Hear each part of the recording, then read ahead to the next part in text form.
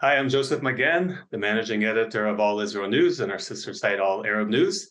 I'm also the co-founder, together with Joel Rosenberg, of both of these websites, and I'm happy to have Joel here to share about some very interesting event that happened this week in Israel. And what is that, Joel? What is the very unique event that happened this week? Well, it's been a fascinating week, Joseph. First of all, good to see you. And look, it's not every day. Actually, it's never happened that a senior Iranian leader comes to visit Israel. And this week, it's happening. Even as we record this, the trip is still in motion. The man who came is Reza Pahlavi. He's the crown prince of Iran, but he lives in exile. Pahlavi is the son of the late Shah, or king of Iran, King Mohammed Reza Pahlavi, who led Iran for decades, but was, of course, dramatically overthrown, driven out of the country into exile in January of 1979, when the Islamic Revolution took over and the Ayatollah Ruhollah Khomeini came in and took over the country. And so Pahlavi was Reza Pahlavi, the son, was 17 years old when his family arrived in the United States. His father, the Shah, was dying of cancer and did, in fact, die of cancer in the United States. And so Pahlavi, for the first 17 years of his life, grew up in Iran with his father being the president of the country. And now, for the last 43, 44 years, has been raised and developed his professional life in the United States. He lives just outside of Washington, D.C. in Maryland. And so, this is just a big deal that anyone, connected to the past Iranian leadership at this level has actually come to Israel, not just to visit, but to really extend a hand of friendship and the hope that Israel and Iran could become allies one day. That's what's been so big about this. Yeah, that's what I was just going to ask. Really, why is this so significant? And is there any more to add what you just said, why it's so significant? Yeah, I think there's a couple things. First, let's look at the geopolitical significance, but let's look also at the biblical and the prophetic significance, because that is actually particularly interesting and something that I don't think, most evangelicals who maybe have even heard through All Israel News that this is happening they may have missed. And so let's talk about that. But first, the geopolitical significance. Look, Crown Prince Reza Pahlavi is here for the entire week. Nobody even knew that he was coming until Sunday, when he tweeted to his 1.2 million Twitter followers that he was basically inbound to Israel for this historic, unprecedented visit. He arrived on Monday. Was greeted by Israel's intelligence minister. I think that's an interesting choice, Gila Gamliel, and she's been hosting him all week. She took him to meet with Israeli Prime Minister Benjamin Netanyahu. Now, imagine this, right? I mean, you've got a situation in which no one has been more outspoken as an Israeli about the threat from the terror masters of Tehran, the current regime in Iran. The threat in terms of terrorism, in terms of nuclear weapons that the Iranian regime currently poses to Israel and the Jewish people. Nobody's been more outspoken than Netanyahu. So the pictures of the two of these people meeting, along with Sarah Netanyahu, Bibi's wife, and Yasmin Pahlavi, the crown prince's wife, and Gila Gamliel sort of matchmaking them, it was so interesting. And it's made huge headlines, not only here in Israel, but around the region. So, and then, if that weren't enough, Pahlavi was taken by Gamliel to the Holocaust Memorial Day state ceremony at Yad Vashem, Israel's main Holocaust museum and research center and memorial. And that was interesting because for geopolitical significance, think about this. Netanyahu is warning, and actually the crown prince is warning that the Iranian regime as it currently exists, the radical apocalyptic regime in Tehran, is threatening a second Holocaust, right? They're threatening to wipe Israel off the map, and they want to get nuclear weapons to do it. So here's a crown prince who opposes the Iranian regime. He's in many ways the leader of the global Iranian exile diaspora resistance and opposition to the Ayatollah Khamenei and his ilk. And both Netanyahu and Pahlavi are saying the Iranian regime wants to bring about a second Holocaust. Now here's the most senior Iranian ever to come and honor the 6 million Jews that were murdered in the original Holocaust. And so that was dramatic. That happened to also be where I had the chance to just to meet him for a moment, just to shake his hands.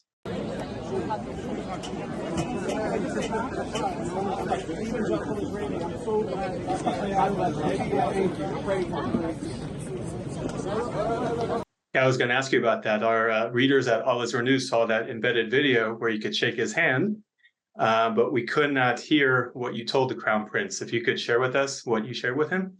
Yeah, I just had a moment, and I didn't even expect it, though I'd been praying for a moment just to greet him, and I did get that opportunity just to say I'm an evangelical Israelis, and that I'm praying for you, Mr. I think I said Your Excellency, and I'm praying for the people of Iran. And he was very gracious and shook my hand and just beamed. I'm not sure if he's met any other evangelicals on this trip, or much less evangelical Israelis. So that was just a nice moment. Again, it wasn't like a meeting. We didn't have any substance, but just to tell him that I'm praying for him was special. And so let me put it in this broader context of the biblical significance. One of the themes of this trip, but it's also it predates the trip, is that Crown Prince Reza Pahlavi is talking about his admiration for one of the greatest, maybe the greatest leaders in all of ancient Persian history, a man named Cyrus the Great. And of course, we take pride as a nation of being the children of Cyrus the Great, who was, among other things, someone who helped rebuild the temples here and freed the Jewish slaves. So it's truly a biblical relationship. And now that we are in the 21st century, the potential for a bright future and close ties and cooperation and true friendship and true partnership is, of course, quite doable. So why is Cyrus the Great so great? He's great because even hundreds of years before he was born, the Hebrew prophet Isaiah said that he'd be born and that his name would be Cyrus. And then that he would be chosen by God to liberate the Jewish people that had been taken from Israel, from Jerusalem, into captivity under the Babylonians. Then, of course, the Persians, the Medo-Persian Empire, conquered the Babylonians and then inherited, in a sense, all this Jewish exile. And so God specifically said through Isaiah that Cyrus, a man named Cyrus, would be born, and that he would not only sort of liberate the Jewish people to come back and resettle in the land of Israel right here, but also to rebuild the temple. And that is the story. We see, of course, the prophecies are in the book of Isaiah. Then if you look in the book of Chronicles, Second Chronicles, it unpacks the actual story of all the proclamations that Cyrus made in the first year of his reign to encourage, not to force out, but to encourage and welcome and champion all these Jewish exiles. Go back to your land. I will fund your trip. I will fund out of the treasuries of Persia the rebuilding of your temple, and you go and worship your God in the land, of your forefathers. That's an amazing story biblically. It's amazing fulfillment of Bible prophecy, right? From Isaiah hundreds of years before, and then it really happens. It's not that often in the Bible that a person coming is that their actual specific name is prophesied, but that happens with Cyrus. And then, of course, that it's actually fulfilled. And now that the man who wants to be the next leader of Iran, in a democratic Iran, as he wants to see it happen, is extolling the virtues of Cyrus the Great and talking about this incredible relationship that Jews and Persians once had. And he talked about Bible prophecies. He talked about, he's quoting scriptures. He's tweeting out scriptures on this trip. He's done this before, but he's really making a major emphasis of it now. And it really has struck me as not only historic, but unprecedented. And I will add one more thing, Joseph. Look, I can't say whether God's going to use this man and raise him up to lead Iran after the judgments fall on the current leadership of Iran. But I will say that we know from Ezekiel 38 and 39, also from the prophecies of Jeremiah chapter 49, that there is judgment coming to the leadership of Iran. We can't say exactly when. We know it will be in the last days. It certainly feels like the Iranian regime is so wicked and so anti-Semitic and so anti-Christian and anti-freedom that it strikes me as actually very possible that this is the very regime of which God spoke and said, I'm going to judge that regime. And who knows? But what if Reza Pahlavi is the man that God raises up to be in charge of a free, independent Iran in the future? And just add, then he wants to create a peace treaty, he said, between Israel and Iran and the Arab world, which of course Iran hates the Arab world also. And he wants to call this the Cyrus Accords. And so I raised in my column, it's not just, the Abraham Accords have been dramatic enough, like pretty amazing, as we've covered right from the first moments on All Israel News, getting to cover the actual signing of the Abraham Accords at the White House. Like we were, 1 week old, I think, is All Israel News, maybe 2 weeks at that point in September of 2020. But imagine if in our lifetime, what if you and I get to fly into Tehran or to go back to the White House and see the Cyrus Accords being signed and Reza Pahlavi being the leader. I'm not saying that's going to happen, but I am saying the Bible is clear. This regime will not last forever, and God will liberate the people of Iran, and he loves the people of Iran. And I think that's a fascinating story for us to pay attention to and draw it to the attention of evangelical Christians in the United States and all over the world to pray that these prophecies come to pass and that the people of Iran are set free spiritually, most importantly, but also politically.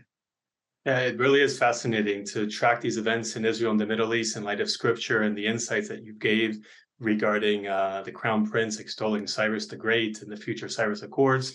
And really, that's what we want to do with All Israel News, is give that spiritual lens into what's happening and why it matters in Israel. So few do, right? I mean, there's been lots of coverage, of course, wall-to-wall coverage in some ways here in Israel, but they're not really focusing on the Bible prophecies or sort of what this could mean for the future. It's an interesting story for the Israeli media, and I haven't seen yet much international coverage. There's been some. Okay. I'm just going to make a switch back to the modern day politics with Netanyahu from the scriptural lens to just the political implications. The Crown Prince met with our Prime Minister Bibi Netanyahu. Do you have any insight on what they discussed, what they spoke about? Yeah, they definitely discussed Pahlavi's vision that he believes that he can organize and sort of unify all of the Iranian opposition of the millions of Iranians that live outside of Iran, as he and his wife and family do, who are against the current regime, as well as the tens of millions that are growing, that the anti-regime movement inside Iran, as we've been seeing for much of the last year, all the protest movement inside Iran. He wants to be the leader of all of it, but it's going to be challenging to unify it. I talked to some Jewish American and Jewish Israeli leaders at Yad Vashem when we were commenting on the Crown Prince being there, and some of them were quite skeptical, even cynical perhaps, whether that's possible, that they think that he's not the right person. Okay, I'm not predicting it's definitely him. This is what he wants, and this is what he was telling Netanyahu. What is his vision? His vision is of democratic Iran that's at peace with its neighbors, at peace with Israel, not just at peace, but an actual ally of Israel. But he also had some interesting practical needs. He believes that the Iranian regime has squandered water, clean water in Iran, and not investing in building enough technology to make sure that everyone has clean water. And that's such an issue for him that he's raised it here in Israel and is actually going to visit a desalination plant to see what could Israeli technology benefit the Iranian people if they didn't have monsters ruling over them. And yes, they absolutely talked about this concept of the Cyrus Accords. And I think, look, we haven't heard much, we haven't heard comment yet from Netanyahu. So in the days ahead on All Israel News, we'll certainly be tracking to see what he actually says about it. But I will say this, Netanyahu has had a bad few months here. His poll numbers have plunged because of a spate of terrible terrorism, which has really eroded his persona here as Mr. Security, right? And of course, the economy is doing okay, but Moody's, as we reported, Moody's credit rating agency has sort of warned in a recent report this week that there could be trouble ahead for the Israeli economy if there's all this judicial reform turbulence continues. So that is eroding or bearing away at Netanyahu's other persona, which is Mr. Economy. I say all that to say, and of course, his numbers are plunging, and President Biden is pushing him hard to stop going down this road of judicial reform. So this was actually a bright spot for the country, but also for him, a signal that even with all the internal turmoil here, which has been unprecedented, as we've covered and continue to cover, but still other leaders from other countries that you would never expect are thinking, I still am betting on the long game with Israel. Israel's a strong democracy. It's got a strong economy. It's got a strong military, and it's a major technology powerhouse. I want to have an alliance with Israel. That is interesting. Now, Pahlavi doesn't have the power yet to do it, but the very fact that he came, when no other Iranian leader ever done that, I think was a benefit. Certainly to the country, most of all, but I think it was a benefit to Netanyahu that many people in the hostile press have given up on him and want him out. But other leaders are thinking, I think it's time to go talk and sit down with Bibi Netanyahu. Excellent. Thank you. Very fascinating story. Top story this week on All Israel News. I'm sure in the coming weeks, there's not a week that goes by, there's not a major big story. And we want to bring you, our readers around the world,